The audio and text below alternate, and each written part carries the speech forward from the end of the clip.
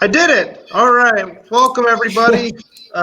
Vinny usually has the first word here, but Vinny's camera went on a little bit of a Halloween vacation this week. So he's here. You can hear I'm him. We here. won't be seeing him tonight. I'm here in everyone's imagination. Everyone's We're here. imagination. Nope, but we're We're here.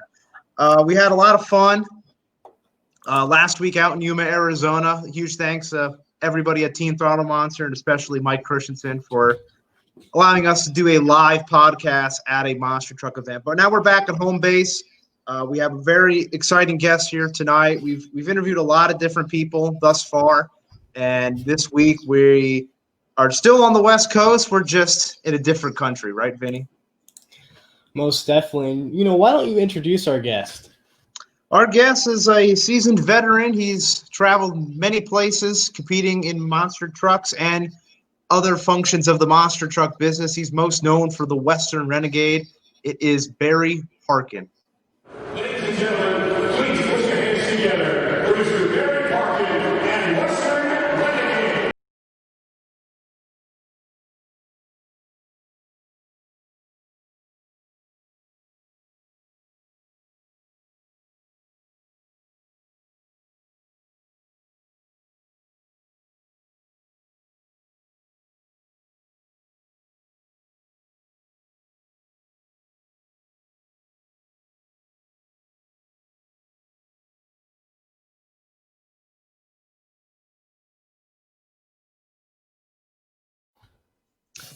How are you, Barry? Welcome.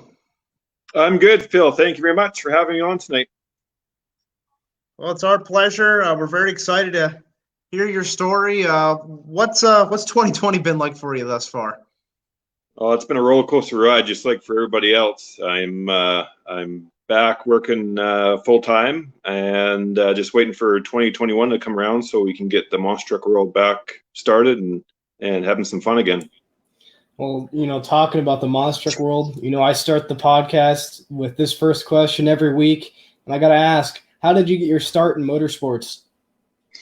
I was just like probably everybody else. I was a kid playing in the sandbox for a long time with monster trucks and knew I wanted to be a monster truck driver and own my own truck. I did things a little differently though. I started off with a ride truck first and kind of learned how to put the big tires on. First of all, it took me over 2 hours to put one tire on the first time I tried. Now we got it cut down to about 15 minutes by the time the tire's on. But anyhow, started with a ride truck, learned the functions of driving a big truck like that. The rear steer is the biggest thing to overcome. Kind of got my feet wet that way. Started doing some small shows with the ride truck, meeting some promoters, and then it was time for me to jump into a full-blown race chassis. So did anyone give you advice when you were starting off with the monster truck or the ride truck, that is? Kind of. I mean, we got some seasoned veterans in Canada here. Jed Barkoff, he took me underneath his wing. Don Frankish, he took me underneath his wing as well, and kind of give me the ins and outs of what to do. And but it was a lot of trial by error. Even the first time setting shocks, or the first time I thought I set them properly, I hit a car and almost knocked the filling out, right? So obviously I didn't have my shock set up very well. So no, it was a learning process, and every show I got a little bit better. And some of the guys, when I started doing some bigger events, some of the guys like Jimmy Cretin and pulled me aside and gave me some pointers. And Jim Kohler probably was the biggest guy I met to help me with my shocks and my shock technology. And then I wasn't afraid to fly high in the Renegade.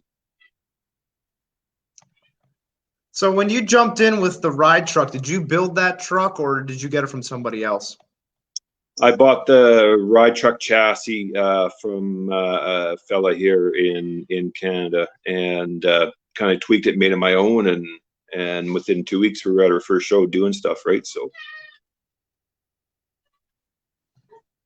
Now, how long was it from when you had the ride truck to when you jumped ship to the race truck? Within the first year, I knew I wanted to have it. I had the truck and basically the hauler set up, so I knew that was my game plan from day one. And when it was time, I found the chassis I wanted and started building it up, and then I had my first show, and away I went from there.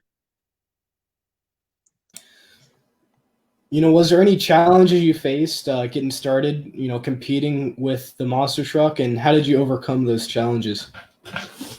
Well, there was challenges every day with monster trucks. I mean, the monster trucks, anybody could tell you by looking at them, they can break. Challenges were of always finding spare parts to keep the truck going, having the money in the back and you get up and down the road without any sponsors. It was pretty hectic. Lots to overcome. Even coming to my first show, there was always different obstacles to jump over, drive over, and then how to put a good show on for the fans, right? So I was always the kind of driver that I wanted to, give back to the fans. So after the show, I went up and I would sit with them and talk to them and answer their questions about the truck, right? So.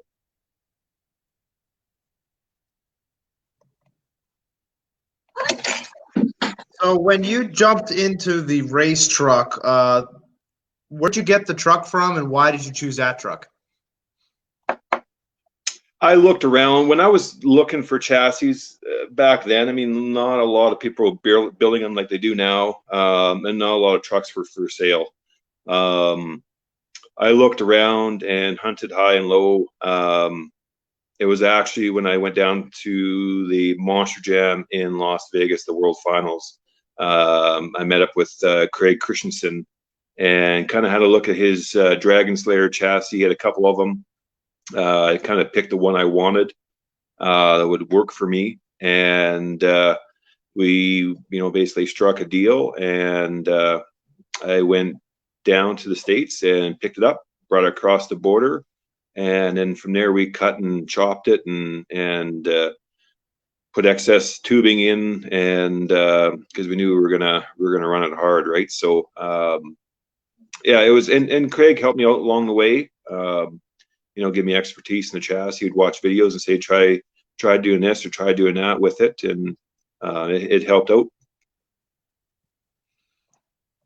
So take me back to that first event in Western Renegade. Where was it, and what was that experience like? It was my first event was in Medicine Hat, Alberta, here, just close to the border, the Canadian-U.S. border. And I thought I was setting the world on fire, just like every monster truck driver thinks he does when he hits the first set of cars. It hit hard, and I thought I put on a good show. I thought I flew through the air, and watching the video after, I was just shaking my head and put my hands over my face. I couldn't watch. I was so embarrassed. It was very going in slow motion, and it just wasn't. I thought I was doing more behind the seat or behind the steering wheel than I was actually doing. And I was lucky that the crowd didn't throw popcorn at me that night. The next day, though, when I woke up, I was sore. I was bruised and sore, and I thought, well, maybe I might have done something right, But yeah, it was brutal. I've come a long way since then. I think I drive faster in a rental car than I did that night in a monster truck.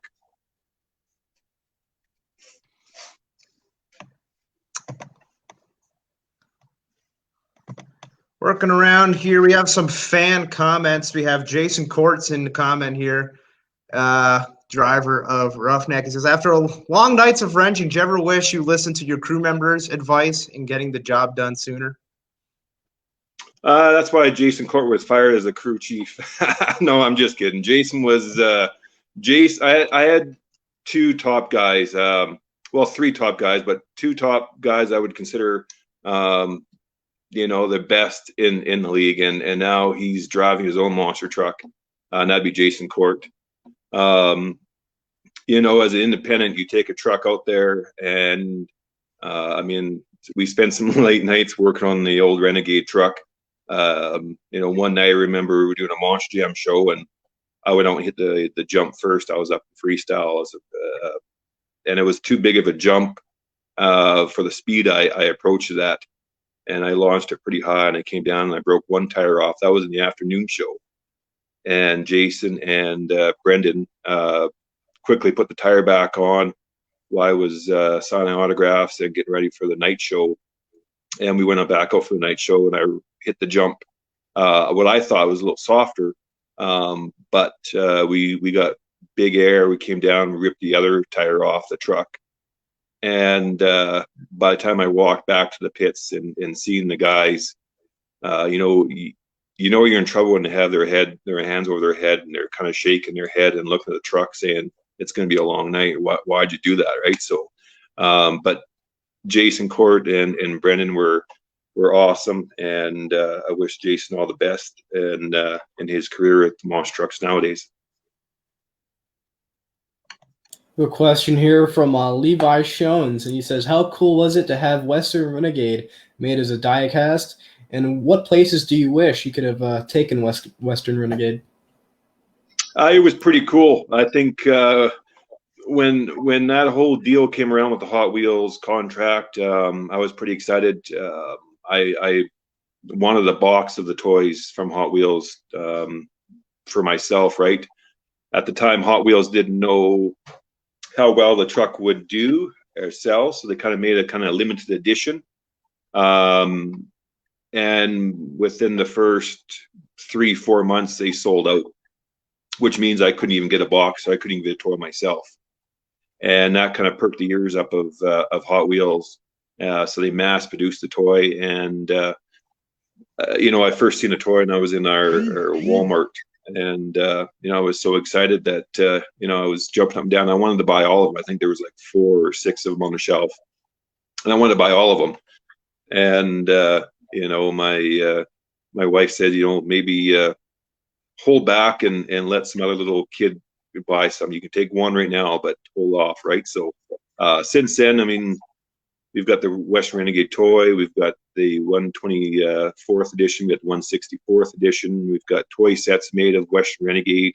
We got a video game with the truck in it now, so it's gone further than I thought it ever would be.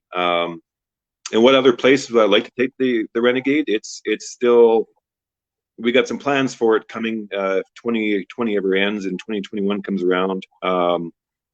I mean, I've been all through the United States. I was fortunate to travel with Monster Jam and other great promoters. Did the Monster Jam tour. Maybe further east in Canada, we had a chance to go with Bigfoot on the East Coast. Several years ago, right? But it was just too far for me to travel because I had a tight deadline with shows already, right? So, but yeah, anywhere I would take the Renegade for sure. And make sure you guys are liking and sharing this podcast. Make sure as much people as possible jump in here and hang out with Barry with us here tonight. Barry talked about those Monster Jam toys. It had been a really good feeling, like you mentioned. What was that experience like at your first Monster Jam event, and you're lined up against some of the biggest names in the business?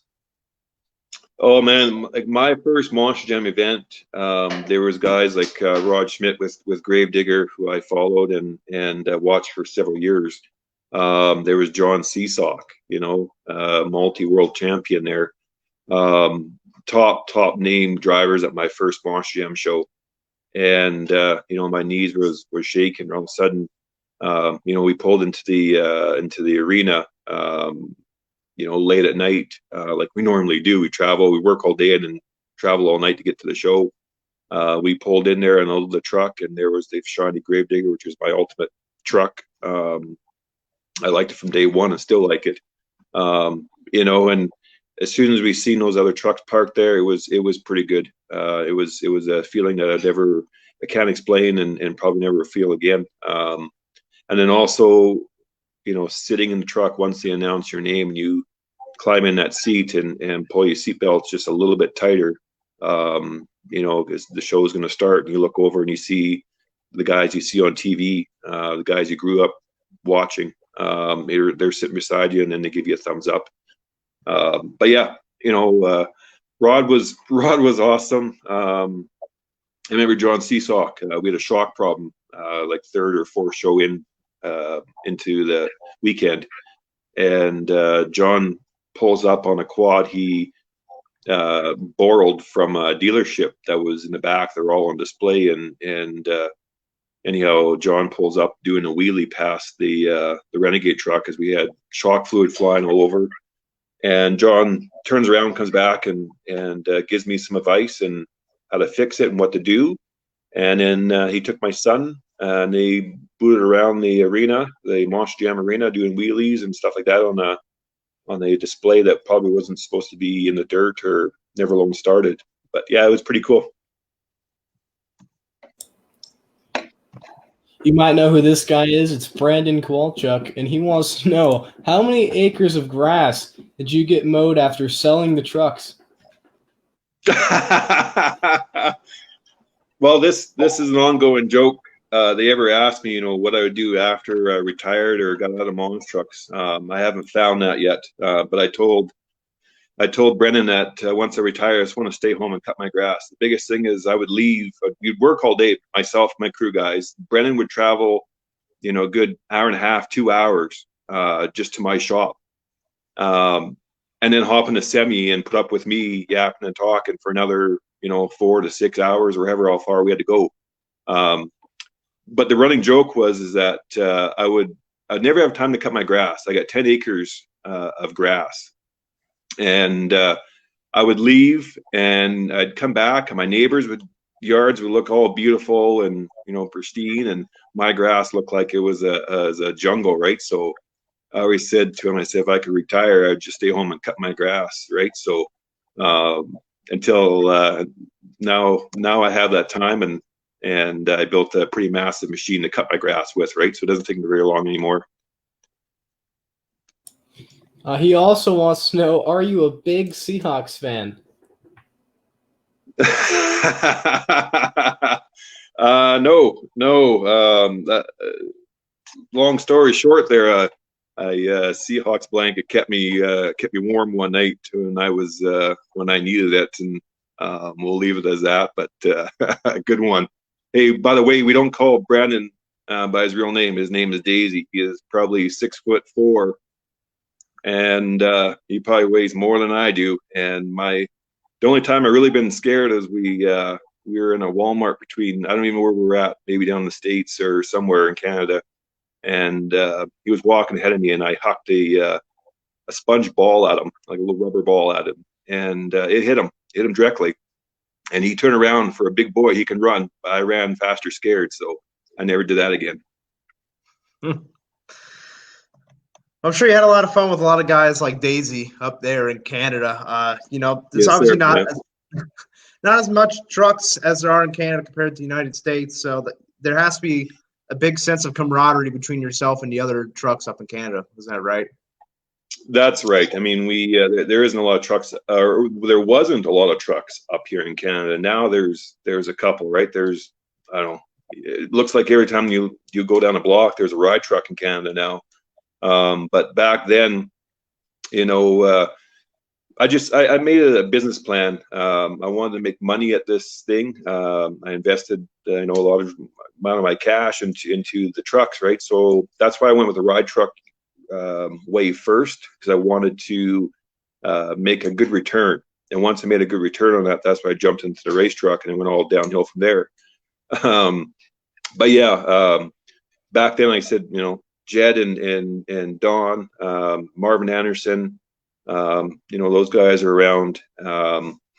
And as we started doing these mud bog events here in Canada in the summertime, some of these events turned in pretty large shows. And I brought up Jimmy Cretin, his 2 trucks to a mud bog event. Terry Woodsock, the twins I've brought up to Canada, and several other trucks that promoters in Canada are looking for top line trucks. And I've made a phone call and struck a deal, and then the big teams in the US showed up, and we had a good time. So you've had the opportunity to drive a couple other trucks in your career, and one of the early ones was Jurassic Attack for Don Frankish. How did that come about, and what was that experience compared to driving Western Renegade? Jurassic Attack is a cool truck. I mean, it is Hands down, a very cool truck. It is a very short wheelbase truck, and it will turn on a dime. It is very, very good in arenas, hockey arenas. A lot of shows we do in the wintertime in Canada are in hockey arenas, so they're very tight. One of the first times I drove Jurassic Attack, I went over a set of cars and it landed pretty hard, and it knocked I believe something in the RI box, and the truck shut off, and I just looked and I looked out the window, seen the big dinosaur horn on the hood, and I just thought, oh man, Frank is just going to kill me because now the truck won't start. It was turning over, it wouldn't start, and anyhow, it ended up being an easy fix. And then we did a hockey arena for Chris Sorrell, Monster Spectacular. I ended up breaking an axle shaft in the rear, and the truck was pulling pretty hard to the right, towards the dasher boards, or basically towards the barricades, right? So we needed to run, so they threw me in the left lane, and I think I was up against one of the Cretan trucks, and there was no dirt ramps, nothing like that. You're iron walling the cars. The cars were getting pretty well squished down, but when the light turned green, I mashed the throttle because I wanted to beat Cretan, and I darn near ran right into him because it hooked up on one side. The other side that the axle was broken on gave way, and I came across at him sideways. But yeah, Don always had good trucks. We always had a running bet. The race wasn't over when Don and I pull up to the starting line. The race wasn't over at the finish line. The race ended whoever could make it to the trailer first of all. And we're doing one Monster Jam show, and I believe Don won the race. But what the crowd didn't see was we were racing back to the hauler. There was a little distance we had to drive, and anyhow, Don lost the tire in the pits, and I darn near hit the tire and rolled. So yeah, that was a little spectacular. But there was Don always had good trucks, and when he got the call to drive one of them, I was honored. We also have another fan question here from Levi Shones. This is a pretty interesting one. What's the worst city in Canada? I mean, that's got to be a tough question, but is there a city that maybe you enjoy more compared to some others? I don't know. I'm in Canada. We're pretty easygoing. We're pretty relaxed. I'm probably going to go back to say that I'm a big Edmonton Oilers fan. So in Canada, hockey is a big big thing, right? So in Alberta, the province I live in Alberta, we have 2 NHL hockey teams, and Daisy's going to love this because I'm going to say Calgary sucks because they have the Calgary Flames, and we despise Calgary Flames hockey team, and so I'm going to say Calgary. I got to ask about Calgary. Have you ever been up to Grand Prairie, Alberta? Yes, sir. Yeah. So we did some shows up in Grand Prairie, and let me tell you, it was wild. Yeah, and Daisy can attend to this, and same with Jason. You think Florida has some mud bogs that are off the chart with some big trucks. You go up to that part of the world in Canada, and man, they have off the chart machines. And we just had this talk the other day, kind of asked where was my best freestyle, where did I enjoy going every year, and it was up to the Grand Prairie area. They made a big billboard sign of me. I was driving up there for a show, and here I am on a big signboard, big as my trailer, and I almost drove in the ditch as I seen. I couldn't believe it. They were so excited to see me, but I was more excited to see them. And but yeah, it was great. Grand Prairie up there, it was great shows. We did probably 3-4 shows a year up there, and very close friends up there. I sold a lot of engines from my engine builder to a lot of the mud racers up there. Once they seen the Renegade run and how it sounded, all those boys wanted some big horsepower. So yeah, it's great times up there. Got a question here from Jason Court, and he wants to know how much hair gel you use for each show. Tell Jason Core it's probably time for his bedtime, and he should be going to bed. No, tell Jason Court this is actually a wig, and I put it on before I do any podcast or any TV interviews. So he's just jealous because when he goes on TV to talk about his truck, the lights off the camera shine pretty hard off his forehead. So he's just jealous that I got more hair than he does, and I look better than he does. Got another one here from Brandon Kowalchuk, and he wants to know what was more stressful, scale houses or letting your crew run your trucks at a show? Both. I almost fired both my crew guys. I let Jason and Brendan take my truck. I can't remember what I did. I was probably doing something more important. But I let those two clowns take my truck for a show, and Jason did an awesome show. Like he aired out the truck pretty good, and made the promoter and the fans happy.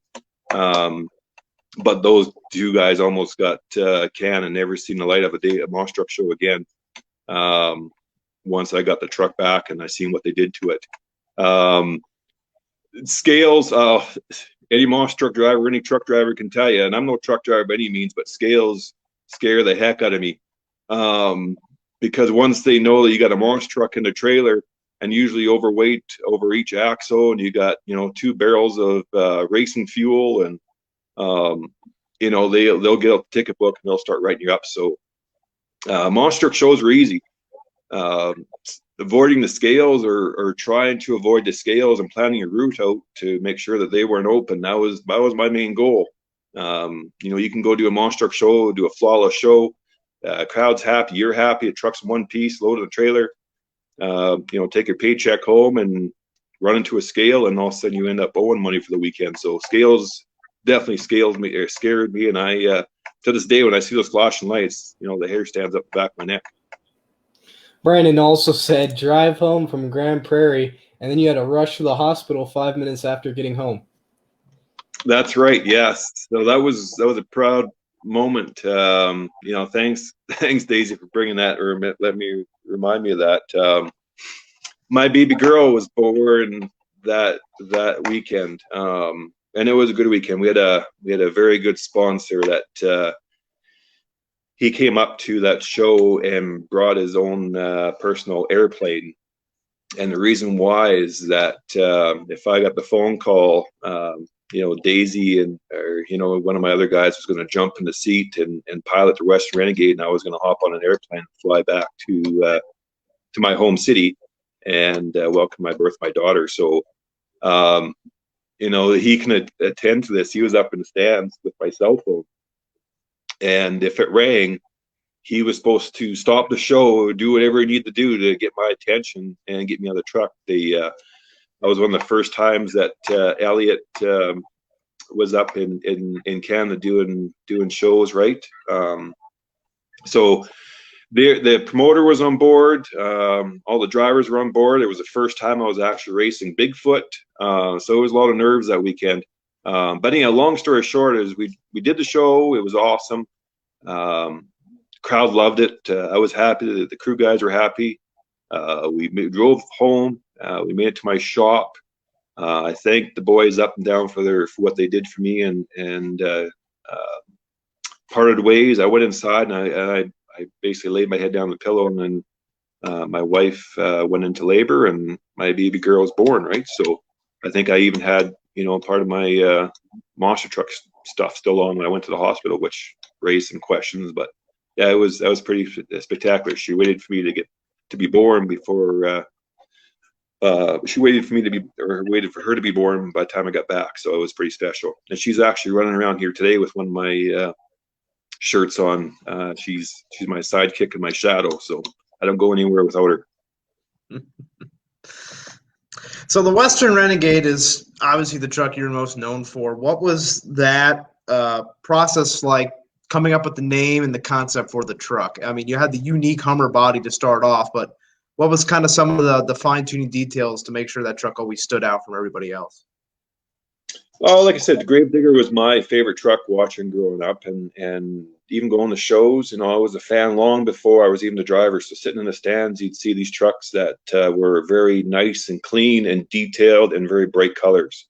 And I said, if I ever get a chance to own my own truck, that's what I'm going to do. And I took pride in it. So the name I come up with, I was actually just driving down the road, and I wanted to be the Western themes. We live in Western Canada, and kind of just come up with a name. The first body concept, I don't know if anybody's seen it, but it didn't fly. I give my ideas, my brainstorm to a graphic designer, and he didn't see my vision, and I ended up with a big Zorro on the side of it with a big neon cactus, and I didn't like it, didn't understand the design, but I had to run it. So I ran it for half a year, and then I met a very nice lady, Sweet Ride Signs and Graphics, and I thank her to this day. I walked in, I sat down in front of her, I said, I own a monster truck, here's what I'm thinking, and please God, can you help me? And I showed her what the truck looked like, and I said, here's what I kind of want to do. And within a matter of 3 days, she called me back in and showed me a print, and I was like, that's it. I want to tweak a couple of things, right? So we're always tweaking. Everybody was a little different on the Western Renegade, but she knocked it out of the park. And once that body came around, and I added my flair to it, and all my bright colors on the chassis, and that's when the Hot Wheels contract came knocking, and the video game came my way, and all that, right? So we couldn't keep up or run with the big boys, but we were sure loud and shiny at the pit parties, right? So that helped me out tremendous. Got a question here from Mr. Extreme, Kenny Mazak, and he wants to know, what is the wildest thing you've done in Western Renegade? Wildest thing? I'll tell you this, one of the dumbest things I did. I won racing on the event, and I thought it'd be pretty cool to do a victory donut. I've seen other drivers do victory donuts after the race. I ended up flipping the thing right over and wrecking the body. Daisy put a lot of work into getting that body back into shape for the next show. But I was hanging upside down in my hooker harness, my ISP seat. I was tighter than a pea in a pod in there, and I couldn't move. I was upside down, and Daisy, being the big boy he is, he jammed himself to the window and looked at me and said, "What? You okay? What did you do? Why?" And I said, "Well, I'm just trying to celebrate winning the race at a Moss Jam show." So that was probably, I'll never forget that event or that moment when we and when you own $100,000 Moss truck, the sound it makes when they flip it back over the loader, you'll never forget that. You had a unique opportunity very recently to go down to Australia and compete in the Extreme Monster Truck. How did that come about, and what was that experience like, going to another country far away to drive another truck? That was pretty cool. That offer came away through the promoter down in Australia wanted Canadians versus the Australians. The year before, it was the U.S. boys versus the Australian guys, and so I was offered the gig to go down there. When we landed in Australia, we didn't know what trucks we were driving, and I was driving the promoter's pride and joy. It was his truck. All the top dollars went into this truck. It was spectacular. It was like taking, it'd be like taking the president's limo for a cruise and jumping it into the air 10, 15 feet. So for me, it was different. He gave me a hard time. He says, if I put a scratch on that, I'm never going to be coming back to Australia again. So we took that truck out, and it's different because everything you normally see in a Moss truck's on the opposite side. So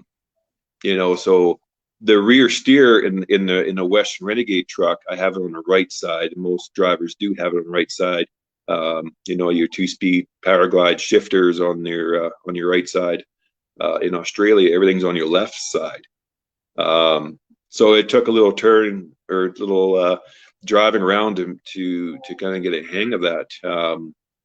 But we took that truck out for media day, and that truck there, if you didn't hit the jump hard enough, if you just kind of aired it out, but didn't get very big air, it let you know, you felt it in the seat, or my tailbone did. So I swung around and I nailed the jump. And I remember closing my eyes, I just seen the beautiful Australian sky. I just closed my eyes and I thought, oh, this is gonna hurt. But when it came down, it was like landing on a pillow. It was probably the softest truck I've ever driven, and had a chance to fly high. And it ended up spitting a bearing in the motor, and so we lost some oil pressure. I didn't know this at the time, but after the media day, we took it back up to the pits. And I'm a guy with the equipment. I'm good with the equipment, so the promoter had me building the track. So I was down there running a big track hoe and a skid steer, and he come down in a golf cart and told me the news. And I won't tell you what he told me, but I thought I was packing my bags and going home right after media day, but he was just joking. And then during the show, it poured rain. I think it was the only day that rained in Australia. It was that day, and it poured rain, and we had some Chinese tires on that truck. And it was slow motion, light turned green, and we were just hammering on the throttle. And I think we were just going so slow. Freestyle, it was awesome. I ended up standing the truck right on this tailgate. Hit a car and flew up in the air, and then landed right on the tailgate and got it stuck. And then again, I was watching or looking at the Australian night sky, the stars. And the first guy that came to my rescue was the boss, the guy that was not only the promoter but owned the truck. And he said, "Mr. Parkin, that's it. You're done for the night." So it was pretty cool. I'd love to go back down there, and with my new venture, we might see some trucks down there. Even the Western Renegade might make a visit in Australia. We'll see how it goes with COVID, but yeah, it was pretty cool. I've been in a lot of cool places in launch trucks, and I'm very thankful for that. All over Canada, all through the United States, and into US. So it's been pretty cool. What was the biggest difference competing in Australian monster truck event compared to the events that you would run in North America? The fans in Australia are bar none. I mean, I kind of know how Dennis Anderson or Tom Mentz would feel. The autograph lineup was huge, and it was kind of spitting rain out, and there was probably a line, a mile long. Fans just wanted to see the truck and meet the Canadian drivers, and it was cool. And for the weather conditions, the stands were packed. The show sold out a day and a half before the event, and it's a large venue. We're not talking about a little small field with 5,000 seats. We're talking a big soccer field venue, and it sold out, right? So. But there, I mean, they just knew us as the Canadian guys, and the trucks were probably more famous than we ever were, right? Other than Jed Barkoff, he's pretty cool down there. But yeah, it was pretty cool. So eventually came time that you sold Western Renegade and the operation. Why was that decision made to step out of full-time monster truck driving? A couple of things. One is that I see an opportunity. There's more and more trucks that were entering the industry, and doing shows for practically nothing, which you can't survive, right? So again, I run my monster truck like a business, and when the promoters are asking you to take a pay that barely covers your fuel. I had fuel on. I had fuel. I had my crew guys pay. I had the pay for the monster truck. I felt it was time to take a step back. I thought there was more exciting things to go do, and I'm an inventor and a designer, right? So when it came time, I put the chassis just up for sale. I was going to plan on keeping everything else. I still got more of the Western Renegade parts hidden somewhere in my shop. and a couple of fresh bodies ready to go on the truck. But it was just time to take a step back, let the new guys in the industry take over and run their stuff. So that's why I kind of stepped back. I didn't retire. I didn't quit. I just went into hiding for a bit. Make sure you guys are liking and sharing this podcast so everybody can hear Barry's story and chime in with their questions and memories. And as we kind of transition from the monster truck scene, you weren't out of the game. You were still at the events, but this time you had something different. You had the Robo Dragon. What was that process like, creating the Robo Dragon and bringing it to life? Well, the Robo Dragon concept actually came. I was actually at an event, and I was watching the Quad Wars during intermission as the trucks would cool down. It kind of gave us a little bit of a break to fix the trucks, to let the engines and everything cool down, and kind of get us ready to go between racing and freestyle. So there was some side acts that were out, and I remember sitting in my truck, strapped in, my helmet on, and I thought, geez, there's got to be something cool. There's got to be something cool that comes out. And growing up watching monster trucks, I've always seen the big transformers that come out. I wanted something different. I wanted to showcase something that would attract the kids, and kind of designing and kind of going through the building steps of the Robo Dragon process. My neighbors, when they drive by, they usually will see some unique project sitting outside of my shop, or in my shop with my big door open, and they would pull in and look. And the monster truck they got what I was doing. When I started putting the Robo Dragon together, a lot of people are scratching their head, but boy, they sure came around when I drove it out. My kids made some snowmen in the yard. It was late December, maybe early January, and there was some snowmen in my yard that the kids built. And I took Robo Dragon out, and I just developed a brand new flame system for it that burned hotter and that was more efficient. Didn't give off the big black fumes. And I took Robo Dragon out and showcased the kids. They looked at it, and then I ripped their snowman apart and melted one with the dragon. So, but yeah, that's how Robo Dragon kind of came around, and then it took off. It took off huge. I should have did that several years ago. They put me in a new direction of what I'm doing now. So.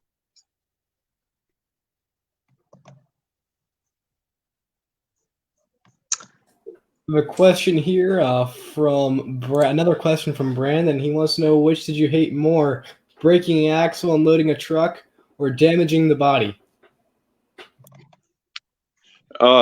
Terrible. I mean, the most dangerous part of monster trucks is loading or unloading. The only injury I've had, other than bruising my tailbone, is I broke my little finger, and that was loading the darn tires out of the hauler. You take a big 6-foot high tire that my ride truck tires weighed probably over 1,000 pounds.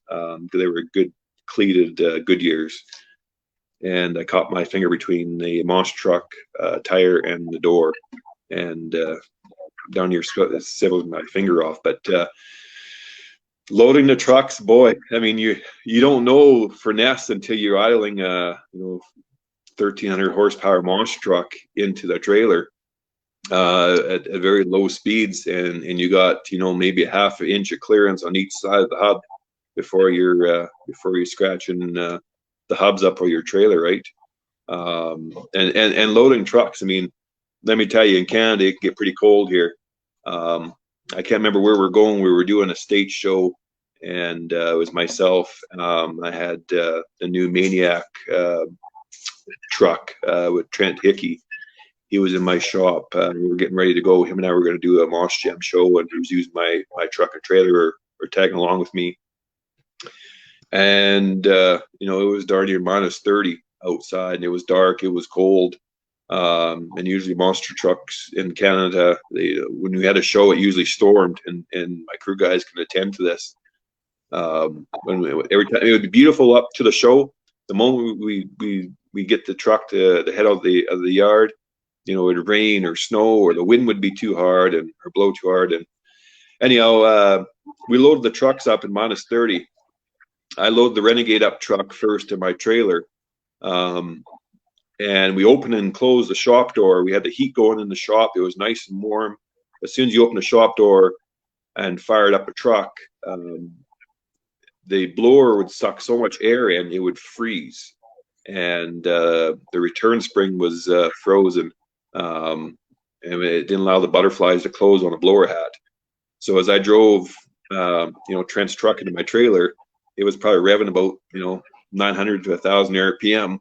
And inside of a small sea container or a small trailer, you can blow eardrums out. So that's where Daisy was talking about loading the trucks. I broke an axle, hit the my trailer door, and broke an axle on my truck. Didn't even get to break it in front of fans. I broke it myself. So, but yeah, loading is dangerous. I tell any monster truck guy that's where, putting the big tires on and using the jacks and that's where you got to pay attention. Another question here from Brandon. He wants to know which gave you the wildest ride in Provost, Renegade or Robo? Well, the promoter in Provost, him and I had choice words after the event, and what he's meaning there is I actually flipped Robo Dragon on its side. Luckily, there was a speaker and a fence that kept the Robo Dragon from going right over. But it scared me. I mean, it was the first time I ever seen that thing kind of go over, and I was inside. It scared me pretty bad. And that weekend, Robo Dragon had to be at another event within 8 hours. So we were doing 2 events and driving back and forth between the events. We had maybe 3 hours of traveling time in between each show. So Robo Dragon had to stay pristine, had to stay clean, and it had to perform. And here I go, take it out, and I hit a dirt ridge that was not supposed to be there, and ended up flipping over my toy. And that almost brought a tear to my eye. I don't like to see anything that I built, created, or put that much time into getting wrapped right. So. Just like ripping the tire off Daisy and ripping the hood off the front of the Renegade truck. I think I cried more than anybody else. Well, I think it's that time of the hour. It's time for Explain That Photo.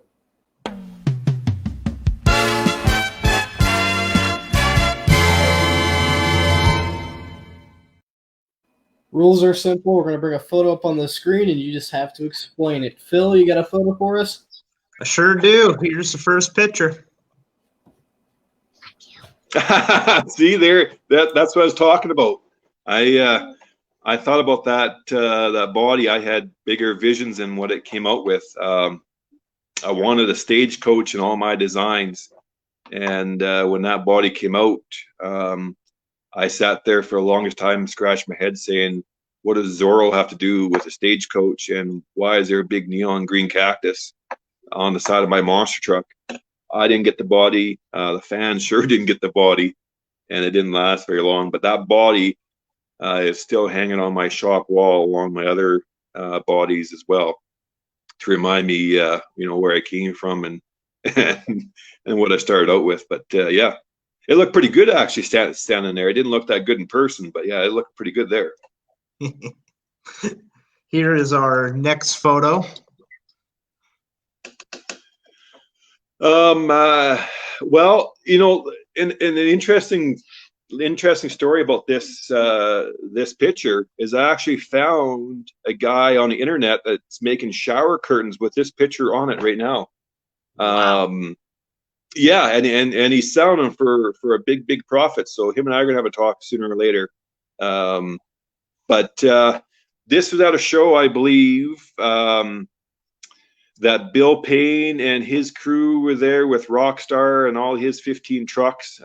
If anybody has been to a show with Bill or has raced with Bill, when you go to do wheelies, you're only allowed 1 or 2 hits. I went out, and this was an older car. I can't remember the make of it, but I remember walking by it, and it was an old classic car. And I was thinking, that's a shame that I'm going to have to wreck that. So I wanted to hit that thing hard and fast, and I did. It set me up pretty high. But those landings, they're cool. You feel like you're flying in the truck with the ISP seat and on the Hans device and the hooker harness. You're strapped in there so tight.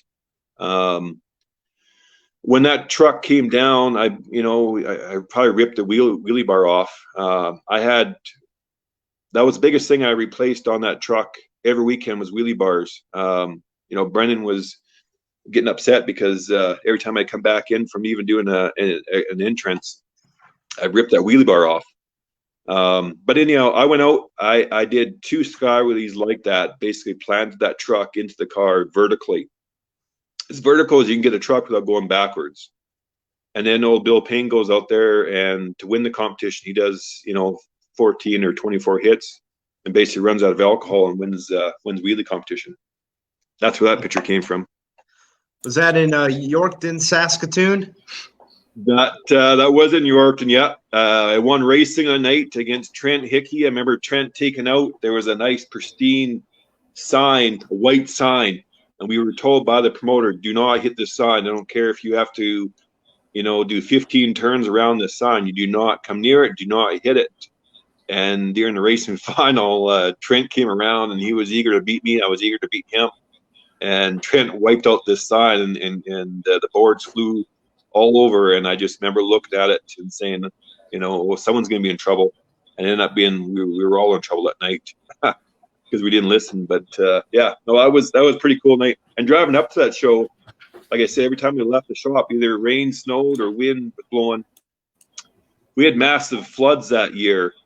And driving to that show, a lot of the highways were washed out, and I'm sure we floated across some of the roads in the old freight shaker as the water was pretty high. But it was a wild weekend. I don't think we got much sleep that weekend. Like mostly, I broke all the stuff, but it was good. Vinny, you have one more picture? Yeah, we got one more picture, and I believe the guy in this picture is in the comments. Phil, you want to bring that one up? Let's bring it up. Oh, Mr. Extreme. There was a cool cat. There's a cool cat that had a lot of fun with Kenny. When I started doing the shows, this was, I believe, in Salt Lake City or down south across the border. I went to the Skyler, who owns Live a Little Productions, great promoter. And I went to Skyler and I said, "Can we do something cool? I mean, you got a fire-breathing stunt man here that is off the chain." And I said, "I want to take my dragon out there and let's have a fire-breathing contest and let's let the fans vote." So I went out there as Robo Dragon and kind of portrayed the evil bad guy, if you and Kenny won over the fans' hearts. Kenny's a cool cat. Someday soon you're going to see him driving a monster truck. I've talked to him lots and given him some pointers, and Kenny and his wife are awesome people, and I can't wait to get back down south to see him. But yeah, that was pretty cool. And that photo, when I'm in Robo Dragon, I forget that there's people in the stands that have paid to come watch me. I lose all focus, all time. I have fun in that thing. I go out there and I rip cars apart. In this photo, Kenny and I are doing a contest. So Kenny would do fire breathing out of his mouth, which is really cool. I couldn't do that if I tried. And then I would, of course, blow massive smoke and flames, Robo Dragon, and chase him around the track, try to eat him. But I would lose track of time. And a lot of promoters would be standing on the track, either trying to wave me off, or they would actually just go to intermission as I'm still munching on the car. I had a lot of fun with that, with Robo Dragon, and that night in Montana or in Salt Lake City was a special night. So. Another question. This is from Kenny himself, and he says, "What's the coolest thing you've ever done in Robo Dragon?" I think beat Kenny in a fire breathing contest. I think that's the coolest thing I've ever done. I honestly, I coming from a Moss truck background where you got the big loud, engine, the big tires, the cool fire suit, in the limelight. I didn't know how Robo Dragon would do. One of my first couple of events down in the States, after the show, I remember ripping his car apart, and I ripped the hood off the car. And as I drove off the track, I still had the hood in the mouth of the Dragon. I was kind of chomping on it, playing with it. And I drove off and parked it because I wanted to get out, kind of do a quick inspection of the Dragon, make sure all the safety valves that I had incorporated in the Dragon were turned off, that the flame system was off. And then I rushed my butt to the pits and kind of watched freestyle Moss trucks. Right? I was just a Moss truck guy at heart. But there was kids, and I couldn't tell you how many. I mean, there was lots of kids in the stands down. They left their seats and they were down by the edge of the fence, close so you can get to the track, and they all were pretending they were dragons. And I looked at these kids and I thought maybe they're doing a contest, maybe the promoter was doing a contest, and they're trying to pretend that were dragons or something. And I didn't realize it until one of the Moss truck guys come over and said, "Hey, you have something here. Look at the kids." And show after show, I got more of a following with the Robo Dragon. And kids wanted to see it come back to their town. It was pretty spectacular. During the pit parties, I'd drive that thing out beside the Moss trucks, lift it up. And I'm a light guy. I got neon lights everywhere. Just, ask my beautiful girlfriend here. I got lights everywhere. Anyhow, Robo Dragon would shine at night. It would just glow, and the kids would love it. And besides the Moss trucks, I had probably one of the longest lineups for Robo Dragon, just people looking at it. So it was pretty cool. But I can't wait to go back down to the States and start showcasing the Dragon again.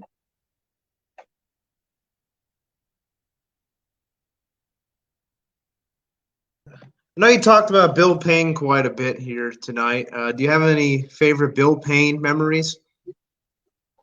There's lots, but I can't say those words over the podcast. Bill was good. He helped me a lot. My first 53-foot van trailer I bought from Bill. We had some issues with it trying to get it back across the border because Bill was doing some fancy paperwork. And that landed me in a lot of trouble. And I won't go into that story, but Bill was good. He he sold me a lot of parts, and and now he's got a fleet of Moss trucks that run over U.S. and in Canada. He's in Canada a lot, so he does good, and he's a wild man. I wouldn't trust him to drive my rental car or my daily driver, that's for sure. I've seen how he drives. I let his wife Laura, she's a Canadian, I let her drive, but Bill's crazy when he starts the truck.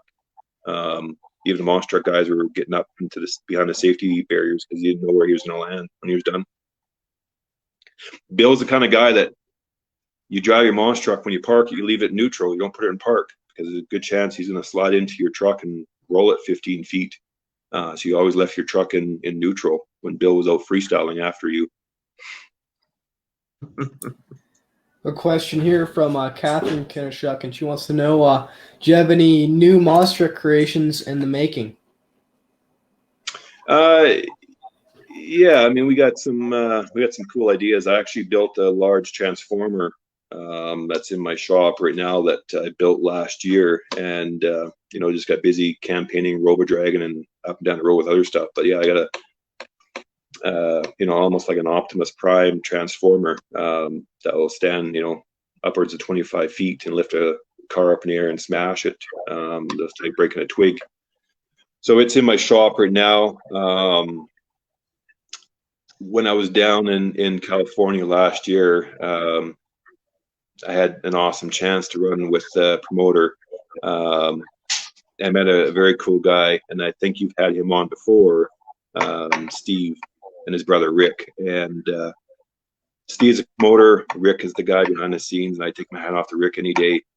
Anyhow, he kind of caught my eye on jet engines, and I was lucky enough to run a jet engine truck a couple times and do a carburetor, and that really turned my head. So I went out and I've got myself a jet engine. It's in my shop right now, and I got a very unique vehicle that's going in. So I'll have a couple of different things. I got the transformer, I got a jet truck that I need to put together, and then I got a couple of aces in my back pocket that I've talked with Hot Wheels about building another creation. Right, so we'll see how it goes and see where I end up. So there was also a recent truck up there in Canada driving with the Western Renegade body. How did that partnership kind of work out to where Western Renegade was riding again for a little bit? What happened there was my good friend Jed Barkoff. He actually got a very nice chassis from the States, and he had a show to go do, and his fiberglass body wasn't ready yet. Jed was telling me this, and we started talking back and forth. I said, you know what? If I was going to donate or lend my name, my trademark to anybody, it would be Jed. I just said, don't scratch the graphics. I need this for an upcoming gig that I'm going to be doing, right? So Jed came up to my shop, and we talked about him running my name, my logo, my image for a couple shows until he got his body ready to go. That was more or less just a buddy helping out a buddy. I give my shirt off to that guy. He was an awesome guy. Helped me out a lot with spare parts and advice, and so anything I can do to help him or help repay him what I think owes, I do that. So Jed ran the Western Renegade Hummer body on his brand new chassis for a couple shows, and ended up liking it. Ran it for a couple more shows.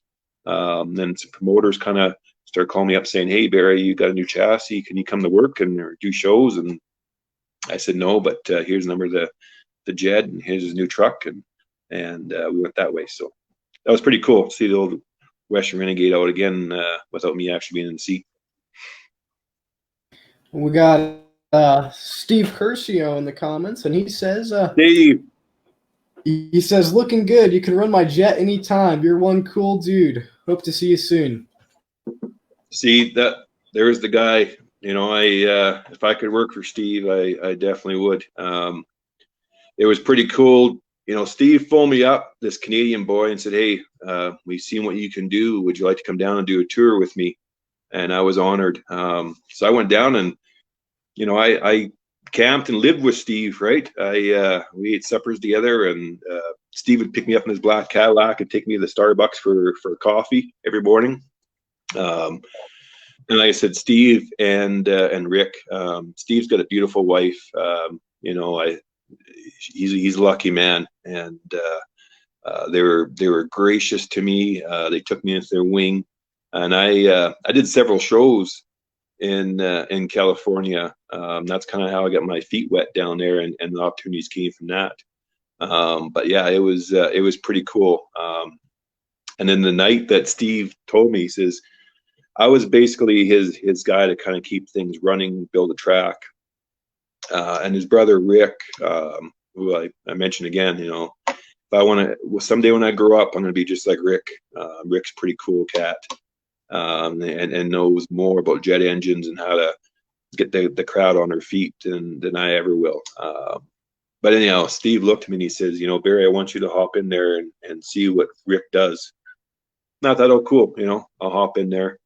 But when that turbine starts spinning around, I've been a monster truck guy firing engines up and driving over school buses and vans, you name it. But when a big jet engine spools up, and then all of a sudden you start hearing the burst of the flames come to the back, and that made me smile. And then Steve told me, he says, maybe next time I'll let you drive it. and I begged Steve up and down. I said, that'd be cool to hop on a seat. Rick was there, but I was allowed to fire it up and play with the switches, and that was pretty cool. Those two guys they got some stories, and it's never a dull moment down there. Speaking of Rick, he made a comment as well. He said, have Barry talk about the snowblower, log skidder, tree trimmer, tank he built for a commercial venture. Now he's a famous Canadian, and how much help he was working on our junk. Well, what a lot of people don't know is I do several commercials and up here in Canada. So up in Canada, we have a big franchise store, much like an auto parts store down to your guys' world down south, and it's called Princess Auto. Long story short, early in my career, I was offered a short television show, and anyhow, that kind of fell through.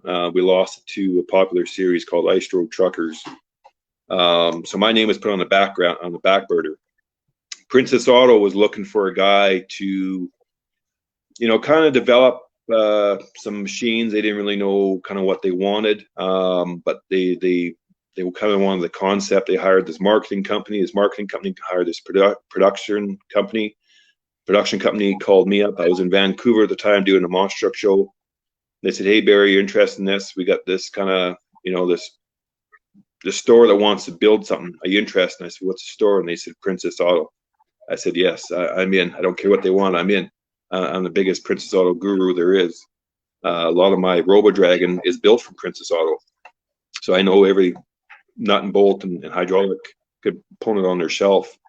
Even with monster trucks, we'd pull into a town and we would Google where the next Princess Auto store was, because if the Renegade broke, 9 times out of 10 they would have the steering part or a ram or something to get the truck going again." So I fast forward a bit. I've done 5 commercials, one's in the works, but 5 commercials for them. The first commercial, they gave me a concept. They said, "Here's what we're thinking. What do you think?" And I said, "I don't like it. I don't get the concept. I don't like it." And the room went pretty quiet, and they asked me why. So I explained why to them, why I don't like it.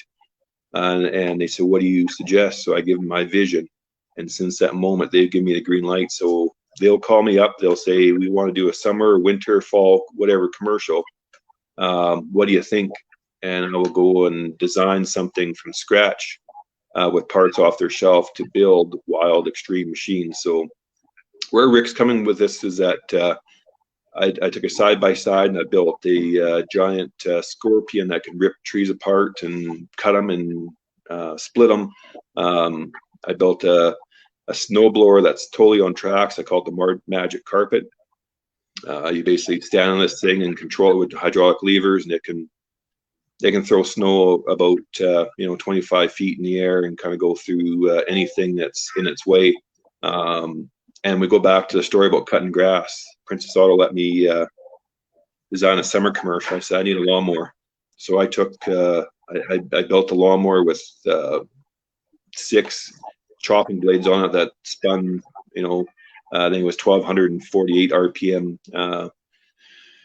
And this thing would cut down a tree. So I built my monster lawnmower that I could trim my yard with and do commercials. So long story short, I do side work just like a lot of monster truck guys do. Been fortunate enough that I got a shop and the ability to take ordinary projects and turn them into extremes, and that led me to the career of doing commercials, and it's very fun. And there's a lot more stuff coming down the pipe with that kind of work. So as soon as COVID lifts, everything will be back to normal.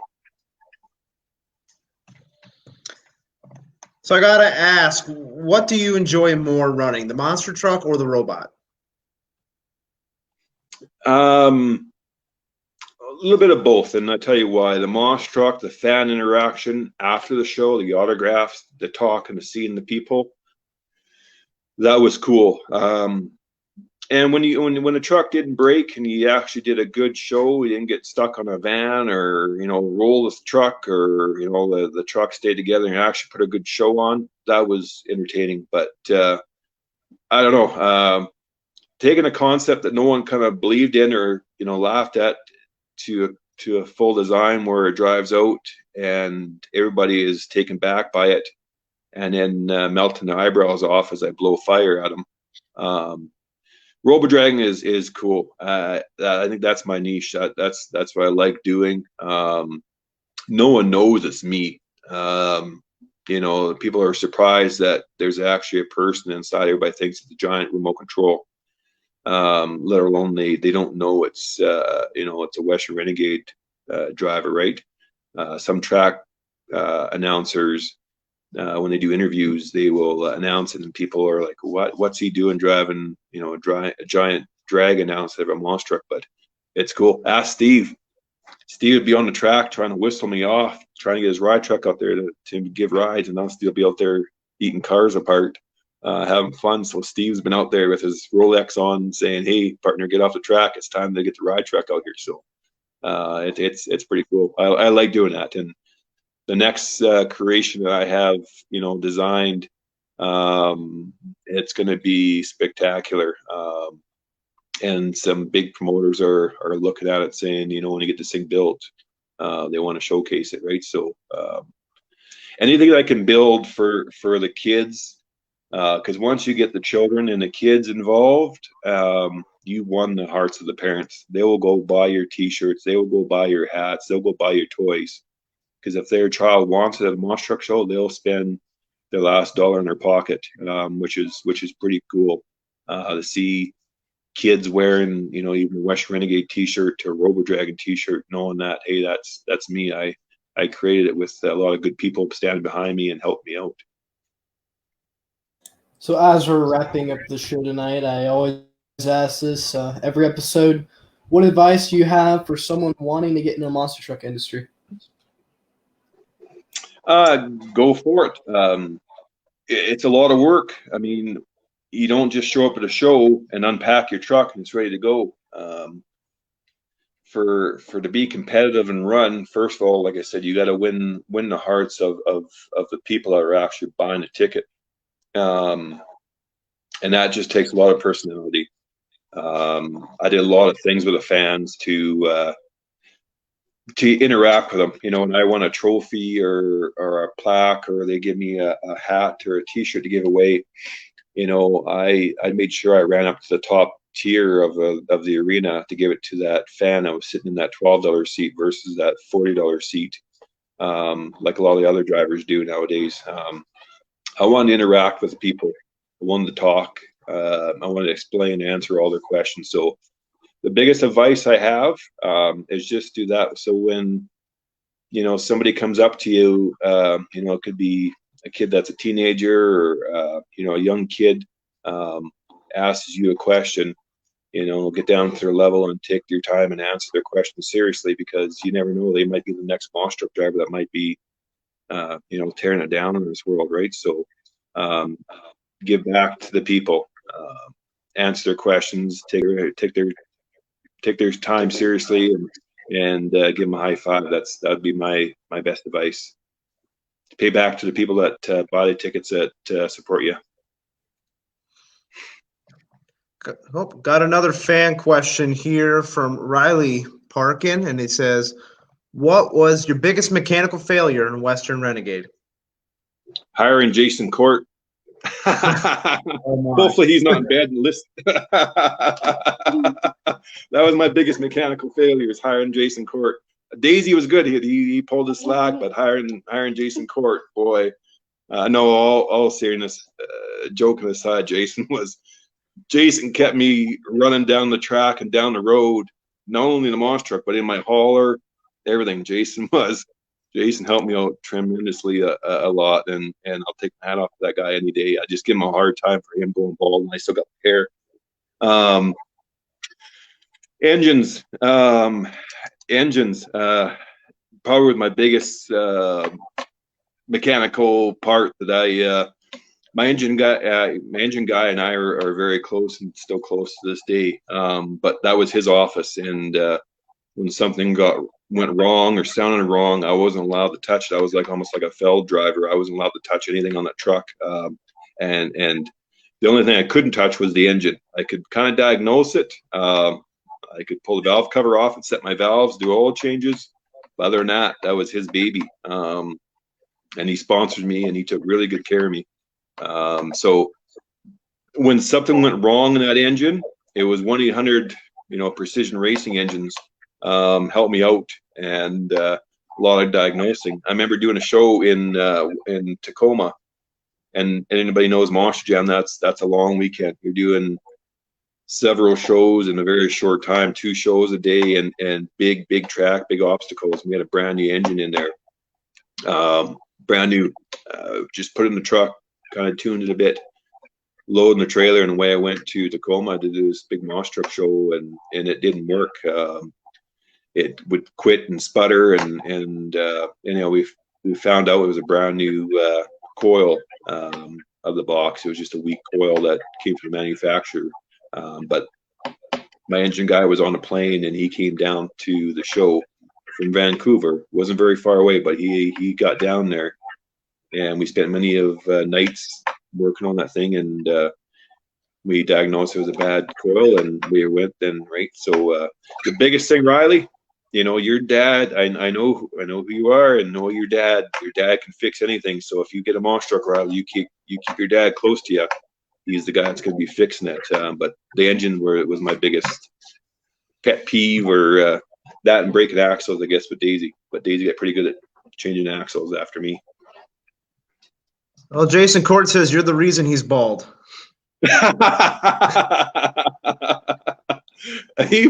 I probably am. Yeah, I put him through a lot of stress.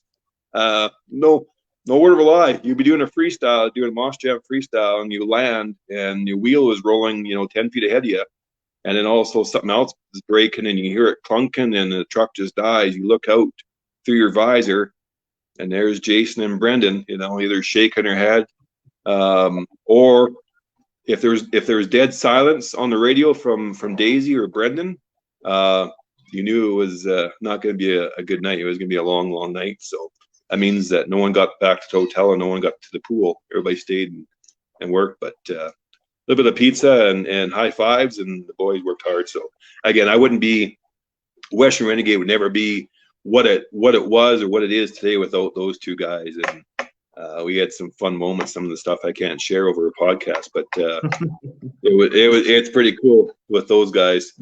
Those guys, we'd be going on the road talking about scale houses. I'd be sleep in the bunk, and all of a sudden they would start slowing down. You hear the Drake, I'd wake up, and Jason and Brennan are looking for a logbook saying no scale's open. I'd fly out of that bunk and be splattered against that windshield saying, what can we do, boys? We gotta get around the scale. And they would laugh and chuckle. The scale would be closed, but they would just want to get me out of bed. Don't worry, Jason. You'll have your day on here. We'll be in touch. You know what? Phil, you let me know when he's on, because I might shave my head and do an imitation of Mr. Jason Court. I'll make sure we get it done. Don't you worry, guys. Another one of our past guests are in the comments is Dallas Glenn Rogers. He says, did we get any sleep in Tacoma that weekend? No, sir. So Dallas was a cool cat. Dallas, he emailed me and said, hey, I'm interested in monster trucks. Can I come help? I said, you bet you can. We need everybody we can. So I believe that trip was Brennan and myself. And Dallas showed up, and as soon as Dallas showed up and started working on the truck, you knew he was going to be a Monster Jam star. And he is. He's got, his truck is spectacular looking. It is detailed. The body's finesse on it. He's got the bright colors on there. Dallas, you're gonna go places, buddy, just with that truck.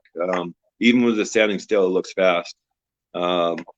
When Dallas comes on, you have to ask him about signing a body part that I let him go sign. There was a nice, there was a story to tell later on, but ask him about a body part he had to go sign the Western Renegade name to. Oh, I'm sure it'll come up with Dallas in the future. Dallas is always a good supporter of the pod, so I'm sure he'll have a good answer for that. Yeah, he's a good man. Looking at another one of the comments here from Adam Nielsen. He says, I remember you losing all hydraulic hoses on Robo Dragon because it was so cold. Oh, it was cold. We were doing a show, I believe, Adam, right in Nebraska. And there was a show that I worked all week, and I had to be down for the show. So I think I drove like nonstop from Canada all the way down to do this show. And Robo Dragon didn't break down very much. It wasn't like the Renegade. It kept running. And I bashed that thing. I'd rip things apart. We had a hydraulic hose inside the cab that busted loose because the hydraulic oil was so cold coming from Canada and then being an open bed trailer traveling down.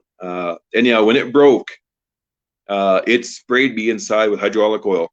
I did the show, but the Dragon, it limped a bit, but it completed the show. But when I got out, I'm sure I could slide 50 feet on my stomach. I was covered in hydraulic oil pretty good.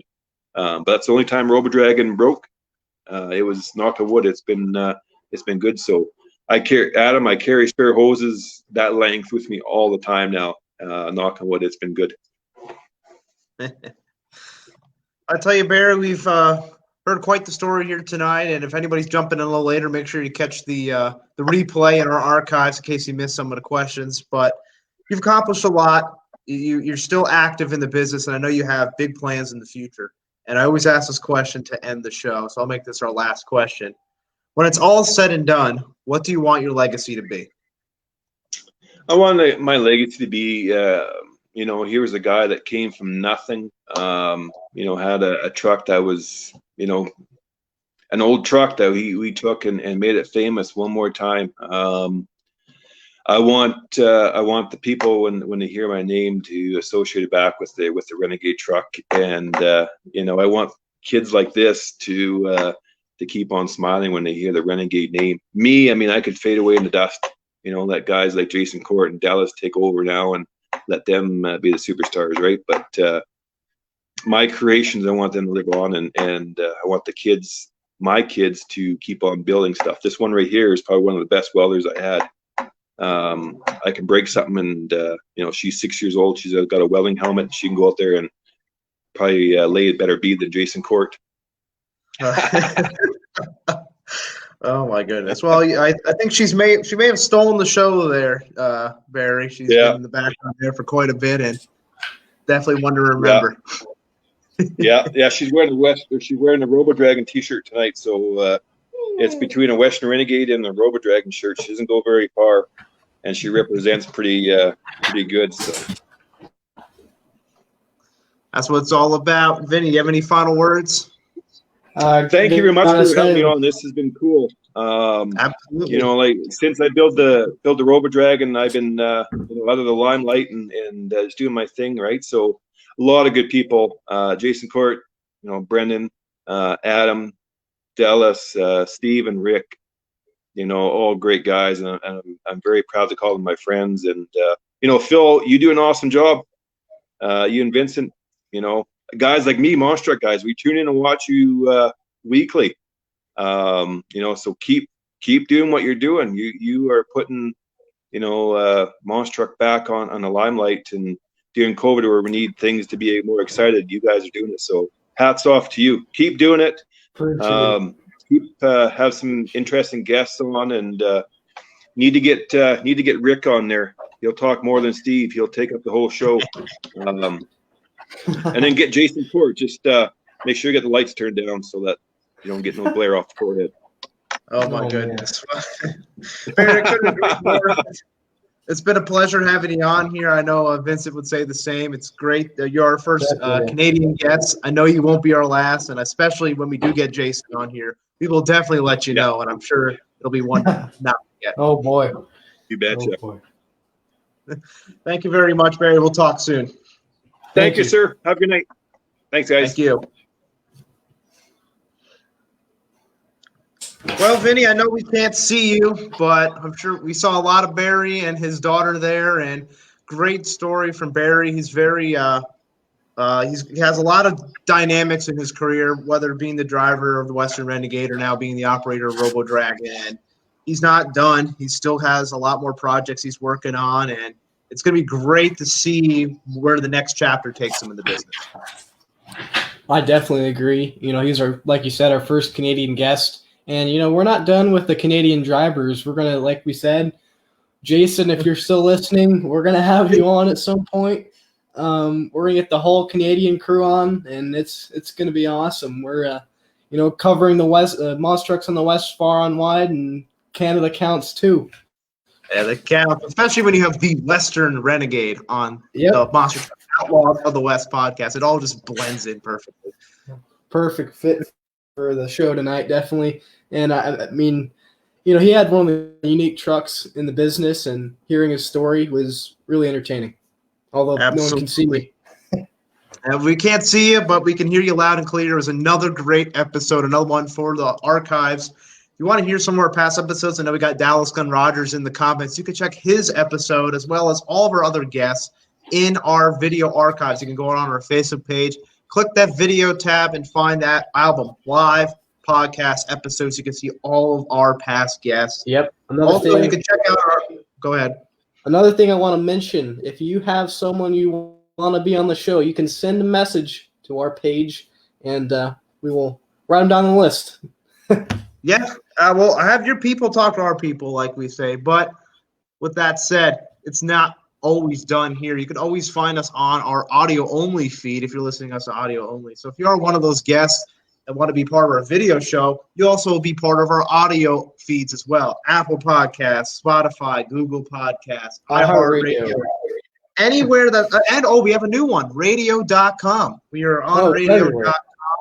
We are anywhere you can hear sound at this point. So wherever you're on the road, you're in the gym, you're at work slacking off, however you're listening to the podcast, we want you involved. You can also check our video replays up on our YouTube channel if you can't get on our Facebook. If there's a platform we're not on, make sure you mention it, and we'll get ourselves on there because we're everywhere. And as Vinny said, we have a lot more guests planned. So that's why if you want on, send us a message. We'll make sure you're in the queue. We have a couple people trying to work on scheduling. We have a lot of great stories to tell here, and we're not slowing down, especially as we continue on here, the Monster Truck Outlaws of the West podcast. It's another great episode. It's in the books, and we'll see you here next week. Now, I know we're changing clocks next week. We still plan on coming on here at our normal time, 6 p.m. Pacific. So make sure you have your clocks changed because we're not changing with them. Be here 6 p.m. Pacific Standard Time next week for another great episode.